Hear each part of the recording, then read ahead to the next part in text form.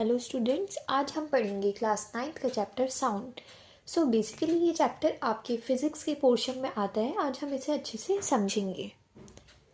So students, sound क्या है? सबसे पहले हम समझेंगे साउंड एक एनर्जी की ही फॉर्म है और हम इसे एज अ वेव हम पढ़ते हैं क्योंकि इसका नेचर वेव की तरह होता है। So first thing is production of sound. Sound produce कैसे होती है? कोई भी ऑब्जेक्ट जब वाइब्रेट करता है उसके वाइब्रेशन से ही ये प्रोसेस स्टार्ट हो जाता है एंड साउंड हमारी बननी शुरू होती है। बट वो कैसे हमारे कानों तक पहुंचती है और कैसे वो आगे बढ़ के मीडियम में मूव करती है उसे हम बोलते हैं प्रोपेगेशन। तो student, first of all sound बनी किससे? वाइब्रेशन से। एंड वो प्रोपेगेट कैसे होती है? ये वाइब्रेशन धीरे धीरे, हमने जिसे नाम दिया है डिस्टर्बेंस, क्योंकि जब कोई भी ऑब्जेक्ट सराउंडिंग में मीडियम में वाइब्रेट होता है तो उसके आसपास जितने भी पार्टिकल्स होते हैं एटमॉस्फेयर में वो डिस्टर्ब हो जाते हैं, तो एक डिस्टर्बेंस की एक वेव बनती है। सो ये डिस्टर्बेंस धीरे धीरे आगे ट्रैवल करता है थ्रू द मीडियम और दो रीजन्स बनाता है। सो स्टूडेंट्स, उन दो रीजन्स के नाम हैं कॉम्प्रेशंस एंड रेयरफैक्शंस। तो ये रीजन्स क्या होते हैं और इनमें क्या क्या डिफरेंस है ये हम देखते हैं। सो कंप्रेशन एक ऐसा रीजन है जहाँ पे प्रेशर बहुत हाई रहता है एंड प्रेशर हाई है इसलिए डेंसिटी भी हाई है। And in the region of rarefactions जो प्रेशर है स्टूडेंट्स वो लो रहेगा एंड डेंसिटी भी कम होगी। इन दोनों रीजन्स को हम आगे with the help of diagram students एक बार और समझेंगे। अब हम पढ़ते हैं लॉन्गिट्यूडनल और ट्रांसवर्स वेव किसे कहते हैं।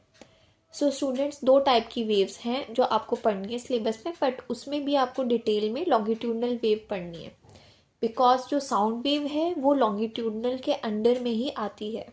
सो क्या डिफरेंस है लॉन्गिट्यूडनल और ट्रांसवर्स में वो देखते हैं हम। तो बच्चों, लॉन्गिट्यूडनल वेव में क्या होता है, जो पार्टिकल ऑस्किलेट करता है एंड उसकी वजह से जो डिस्टर्बेंस हो रहा है एटमॉस्फेयर में, अगर वो दोनों चीज़ें सेम डायरेक्शन में ट्रैवल करती हैं उसे कहते हैं हम लॉन्गिट्यूडनल वेव। तो इसे हम समझेंगे आगे। एंड ट्रांसवर्स में स्टूडेंट अपोजिट होता है। जो ऑस्किलेशन है पार्टिकल का, मतलब जिसकी वजह से वेव बनी है, फॉर एन एग्जांपल वाटर की वेव्स।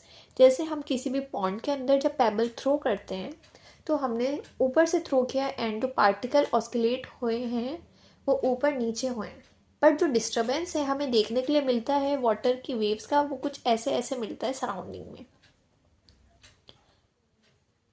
मीन्स जो पार्टिकल थे वो अप एंड डाउन ऑस्किलेट कर रहे हैं एंड जो वेव्स बन रही हैं वो कुछ इस डायरेक्शन में बन रही हैं, तो ये दोनों एक दूसरे के परपेंडिकुलर हैं।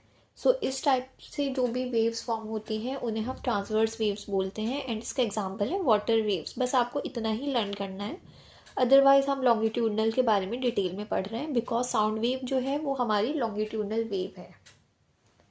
एंड साउंड को प्रोपिगेट होने के लिए, आगे बढ़ने के लिए मीडियम की भी रिक्वायरमेंट रहती है। नाउ स्टूडेंट्स, ये हमारा डायग्राम है, ये एक ट्यूनिंग फॉर्क है। जब हम इसे वाइब्रेट करते हैं तो जो ये वाला पार्ट था वो कुछ यहाँ पर आ जाएगा, मीन्स अपनी पोजीशन से ऑस्किलेट करके वो आगे या पीछे शिफ्ट होता है। जब ये वाला पार्ट आगे शिफ्ट होगा तो जो पार्टिकल्स हैं स्टूडेंट्स उन पर प्रेशर पड़ेगा एंड वो कंप्रेस होंगे। तो एक ऐसा रीजन बनेगा जहाँ पे हाई प्रेशर है और हाई डेंसिटी, क्योंकि सारे पार्टिकल्स बच्चों अपने पास पास आ चुके हैं एंड उसके आगे वाला रीजन जो है वो एज इट इज़ सेम रहेगा। सो ये वाले रीजन को हम बोलते हैं कंप्रेशन एंड जो normal low density and low pressure का रीजन है उसे बोलेंगे हम रेयरफैक्शन। एंड ये डिस्टर्बेंस ऐसे ही आगे मूव करते जाएगा बिकॉज इसके बाद ये वापस से अंदर की तरफ शिफ्ट होगा। देन यहाँ के जो पार्टिकल्स हैं वो दूर दूर होने लगेंगे बिकॉज प्रेशर घट गया है। तो अगेन यहाँ पे रीजन बन जाएगा रेयरफैक्शन का। फिर जब वो फिर से वापस से इस साइड आएगा तो फिर से रीजन बनेगा कंप्रेशन का। यही चलता रहता है प्रोसेस एंड ये रीजन फॉर्म होते होते हमारे ईयर्स तक साउंड आ जाती है। So students, in this process हमने देखा है region of compression and rarefaction कैसे बनते हैं एंड साउंड कैसे प्रोपिगेट करती है। और हम इसमें लॉन्गिट्यूडनल वेव को भी समझेंगे। आपने देखा ये जो वाइब्रेशन हो रही है ये इसी डायरेक्शन में हो रही है, इसका मोशन, एंड जो डिस्टर्बेंस है वो भी सेम ही डायरेक्शन में जा रहा है। Both are in same direction. यही बात हमने लॉन्गिट्यूडनल वेव की डेफिनेशन में पढ़ी थी। जब दोनों एक ही डायरेक्शन में होगा, ऑस्किलेशन भी और डिस्टर्बेंस का मूवमेंट भी देन हम उस वेव को बोलेंगे लॉन्गिट्यूडनल वेव। अब हम स्टूडेंट आते हैं साउंड की कुछ कैरेक्टरिस्टिक्स पर, जिसमें हम पढ़ेंगे frequency, amplitude and speed.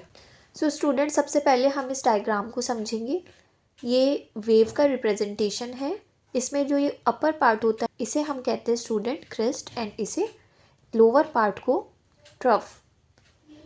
And the distance between two consecutive crest, इसे हम कहते हैं वेव लेंथ।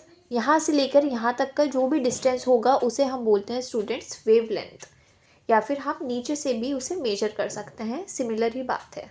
तो अब हम अपने मेन पॉइंट पर आते हैं जो हमने पढ़ना था, फ्रीक्वेंसी। फ्रीक्वेंसी क्या है स्टूडेंट्स? हम एक ऑस्किलेशन को ऐसे रिप्रेजेंट करते हैं, यहाँ से लेकर यहाँ तक ये होती है स्टूडेंट्स एक कंप्लीट ऑस्किलेशन। इसमें एक क्रेस्ट आता है एंड एक ट्रफ आता है।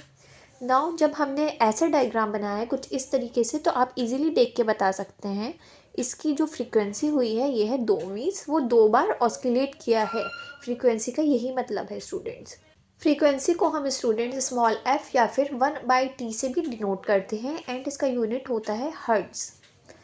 नाउ हम जो पिच है, साउंड की पिच जिसे कहते हैं बच्चों, वो हम फ्रीक्वेंसी से ही जानते हैं। अगर किसी भी साउंड की फ्रीक्वेंसी कम होगी, जैसे कि इसकी है 2, तो इसकी पिच भी लो होगी। And for high pitch frequency का भी हाई होना ज़रूरी है। आप यहाँ पे देख सकते हैं कि ये 5 बार ऑस्किलेट किया है, मीन्स इसकी फ्रीक्वेंसी जो है स्टूडेंट्स वो 5 है। Now your frequency is completed. अब हम आते हैं बच्चों एम्पलीट्यूड पर। एम्पलीट्यूड क्या होता है? जो पार्टिकल ऑस्किलेट कर रहे हैं वो कितनी दूर तक, कितने ऊपर तक जा रहे हैं, उसे ही हम एम्पलीट्यूड कहते हैं। जैसे कि हमने ये वेव रिप्रेजेंट की है, आप इसे देख के इजीली समझ सकते हैं। इसका एम्पलीट्यूड है कम, जो मेन पोजीशन से उसका मूवमेंट होता है हम उसे ही एम्पलीट्यूड कहते हैं। तो जिसका एम्पलीट्यूड कम होगा वो सॉफ्ट साउंड होगी स्टूडेंट्स, एंड जिसका एम्पलीट्यूड ज़्यादा होगा वो लाउड साउंड होगी। सो बेसिकली हम लाउडनेस ऑफ साउंड को एम्पलीट्यूड से ही डिटरमाइन करेंगे। अब हम आते हैं स्टूडेंट स्पीड ऑफ साउंड पर। सो इन प्रीवियस चैप्टर्स हमने पढ़ा है जो स्पीड होती है वो होती है distance upon time. Now students हमने वेव में जो हम अभी साउंड पढ़ रहे हैं पीछे डायग्राम में डिस्टेंस को मेजर किया है वेवलेंथ की टर्म में। तो in the place of distance हम वेवलेंथ लिख सकते हैं। ये लैम्डा होता है बच्चों, हम वेवलेंथ को लैम्डा से डिनोट करते हैं। सो देन हम इसे और सिंप्लीफाई करके लिखेंगे। इसका यही मीनिंग हुआ है लैम्डा इंटू 1/t। अब 1/t क्या होता है? 1/t हमने पढ़ा था फ्रीक्वेंसी को हम 1/t भी लिखते हैं। तो हमने इस पूरे टर्म की जगह पर ये f लिख दिया है स्टूडेंट्स। तो यहाँ से एक नया फॉर्मूला आता है साउंड चैप्टर के अंदर में, speed of sound is equal to wavelength into frequency of sound. ये आपको लर्न करना है और आपको इस पे बहुत सारे न्यूमेरिकल्स मिलेंगे। अगर आपको ये फॉर्मूला लर्न होगा स्टूडेंट्स तो आप इजीली सबको सॉल्व कर लेंगे। सो ये इस चैप्टर का काफ़ी इंपॉर्टेंट फॉर्मूला है। अब एक और टर्म आता है स्टूडेंट्स, इंटेंसिटी ऑफ साउंड। अब ये क्या होता है? इंटेंसिटी की बात की है तो इसका मतलब है स्टूडेंट्स 1 सेकंड के अंदर 1 यूनिट एरिया में से कितनी साउंड एनर्जी पास होती है, उसे ही हम इंटेंसिटी ऑफ साउंड कहते हैं। लोग मिसअंडरस्टूड कर देते हैं इंटेंसिटी और लाउडनेस को। जो लाउडनेस है स्टूडेंट्स वो हमारे ईयर्स पर भी डिपेंड करती है। हमारे ईयर्स कितने सेंसिटिव हैं उससे फ़र्क पड़ता है। अगर हमारे ईयर्स लेस सेंसिटिव होंगे तो हमें जो साउंड है वो ज़्यादा लाउड नहीं लगेगी, बट जो इंटेंसिटी है वो हमारे ईयर्स पर डिपेंड नहीं करती है। हमें ये डिफरेंस याद रखना है। Both are different terms. Speed of sound in different medium, जैसे कि स्टूडेंट्स मेटल्स हैं, सॉलिड्स वगैरह, उनमें सबसे ज़्यादा ट्रैवल करती है, देन फिर लिक्विड्स में, then least in gases.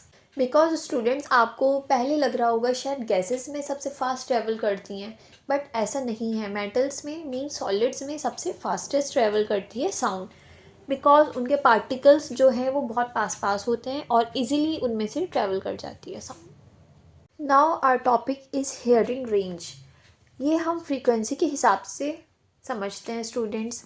3 ranges हैं, जैसे कि फर्स्ट वाली है इंफ्रासोनिक, जिसमें सबसे कम हर्ट्ज की फ्रीक्वेंसी होती है। देन ऑडिबल रेंज आती है हमारी, जिसे हम सुन पाते हैं उस फ्रीक्वेंसी की साउंड। देन अल्ट्रासोनिक, जो उससे ज़्यादा फ्रीक्वेंसी की होती है। सो बेसिकली जो हमारी सुनने की रेंज है स्टूडेंट्स वो है 20 हर्ट्ज टू 20,000 हर्ट्ज। अगर इससे ज़्यादा होगी या फिर इससे कम होगी तो हम उसे नहीं सुन सकते हैं। सो अल्ट्रासोनिक में आती है मोर देन 20,000 हर्ट्स, जो कि कुछ एनिमल्स भी यूज़ करते हैं, डॉल्फिन्स और bats. And less than 20 hertz होती है इंफ्रासोनिक साउंड, जो कि ये सब एनिमल्स यूज़ करते हैं students. And one of the reason is जब अर्थक्वेक आता है कुछ एनिमल्स पहले से ही अलर्ट हो जाते हैं, बिकॉज उसकी वजह से कुछ इंफ्रासोनिक साउंड या एंड वाइब्रेशन प्रोड्यूस होती हैं जिसे हम सेंस नहीं कर पाती, बट जिन एनिमल्स की वो रेंज होती है, मीन्स इंफ्रासोनिक रेंज होती है, वो उसे सेंस कर लेते हैं एंड इस वजह से वो पहले ही अलर्ट हो जाते हैं। सो स्टूडेंट्स, यहाँ पे हमारा लेक्चर कंप्लीट होता है। हमने ऑलमोस्ट सारे टॉपिक्स कर लिए हैं, कुछ टॉपिक्स रह गए हैं रिफ्लेक्शन ऑफ साउंड के, उसे हम पार्ट 2 में कवर करेंगे। Then your chapter is completed. I hope आपको आज के लेक्चर में कोई डाउट नहीं होगा। कोई भी प्रॉब्लम हो तो आप उसे कमेंट सेक्शन में पूछ सकते हैं। Thank you.